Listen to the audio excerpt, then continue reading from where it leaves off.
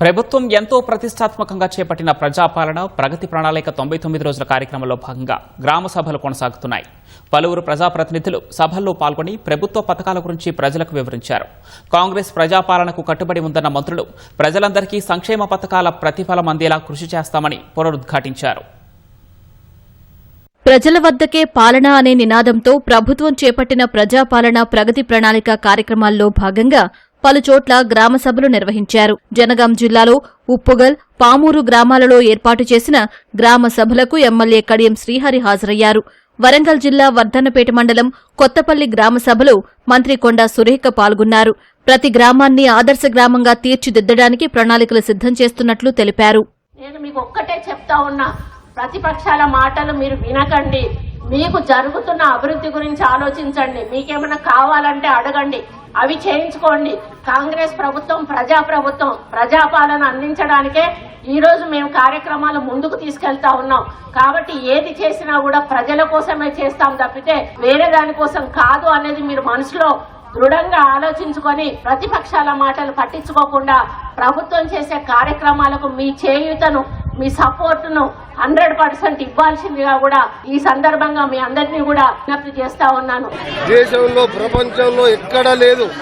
నువ్వు ఏ విధంగా చనిపోయినా 5 లక్షల రూపాయలు వెంటనే బీమా వచ్చే విధంగా ఆ ఇంటికి ఇచ్చే చెక్కులు ఇచ్చే కార్యక్రమం కూడా ఆ స్కీమ్ కూడా మొదలు పెట్టాం. రేషన్ కార్డే ఈ ప్రభుత్వం ఉంటే ఒకవైపు రేషన్ కార్డు ఇచ్చి సన్న బియ్యం ఇస్తున్నాం అంటే ఈ ప్రభుత్వం పేదల మీద ఎంత ప్రేమ ఉందో ఆలోచించు. యాదాద్రి భువనగిరి జిల్లా మోత్కూరు మున్సిపల్ కేంద్రంలో నిర్వహించిన గ్రామ సభలో తొంగతుర్తి ఎమ్మెల్యే మందుల సామేల్ పాల్గొని 27 మంది లబ్దిదారులకు ఇందిరమ్మ ఇళ్ల మంజూరీ పత్రాలను, సీఎంఆర్ఎఫ్ చెక్కులను పంపిణీ చేశారు. నల్గొండ జిల్లా చిట్యాల మండలం ఉరుముడ్ల గ్రామ సభలో భాగంగా ధాన్యం కొనుగోలు కేంద్రాన్ని శాసనమండలి చైర్మన్ గుత్తా సుఖేందర్ రెడ్డి ప్రారంభించారు.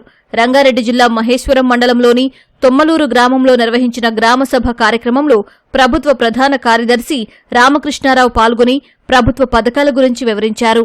కార్యాచరణ ప్రణాళిక ఏదైతే నడుస్తున్నదో దానిలో భాగంగా రాష్ట్రం మొత్తంగా ఉన్నటువంటి 12,760 గ్రామ పంచాయతీల్లో 2,850 వార్డుల్లో ఈరోజు సభలు జరుగుతున్నాయి. మరి గౌరవ ముఖ్యమంత్రి గారి ఆదేశాల మేరకు గౌరవ మంత్రులు, అధికార సిబ్బంది అంతా కూడా అన్ని ప్రాంతాలకు విజిట్ చేస్తున్నారు. విజిట్ చేసి ఇక్కడ గ్రామ సభలో పాల్గొంటున్నారు. ఈ గ్రామ సభల యొక్క ముఖ్య ఉద్దేశంతో మనం చెప్పినట్టుగా ప్రభుత్వం చేస్తున్నటువంటి ప్రతి అభివృద్ది సంక్షేమ కార్యక్రమాన్ని ప్రజలకు వివరించడంతో పాటు గ్రామాల్లో ఉన్నటువంటి వార్డులో ఉన్నటువంటి సమస్యలను కూడా అర్థం చేసుకుని ఇంకా మెరుగైనటువంటి పథకాలు మనం వాటిని అమలు చేయడానికి ఏ రకంగా ఆలోచించిన ఉద్దేశంతో ప్రభుత్వం ఈ పథకాలు చేపడుతుంది. మెదక్లోని 6వ వార్డులో నిర్వహించిన గ్రామ సభలో ఎమ్మెల్యే రోహిత్రావు పాల్గొని ప్రభుత్వ సంక్షేమ పథకాలను ప్రజలు సద్వినియోగం చేసుకోవాలని కోరారు.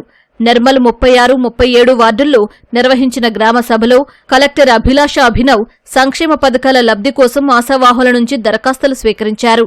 నిజామాబాద్ జిల్లా డిచ్పల్లి మండలం మెంట్రాజ్పల్లి సభలో గ్రామాల అభివృద్దికి ప్రభుత్వం చిత్తశుద్దితో కృషి చేస్తుందని ఎమ్మెల్యే భూపతిరెడ్డి అన్నారు. కరీంనగర్ జిల్లా హుజూరాబాద్ పట్టణంలోని 19వ వార్డులో చేపట్టిన గ్రామ సభలో వివిధ సమస్యల పరిష్కారం కోసం ప్రజలు దరఖాస్తు చేశారు. Municipal chairperson, ward councillor Raj Kumar, municipal commissioner వారి నుంచి విజ్ఞాపన పత్రాలను స్వీకరించారు.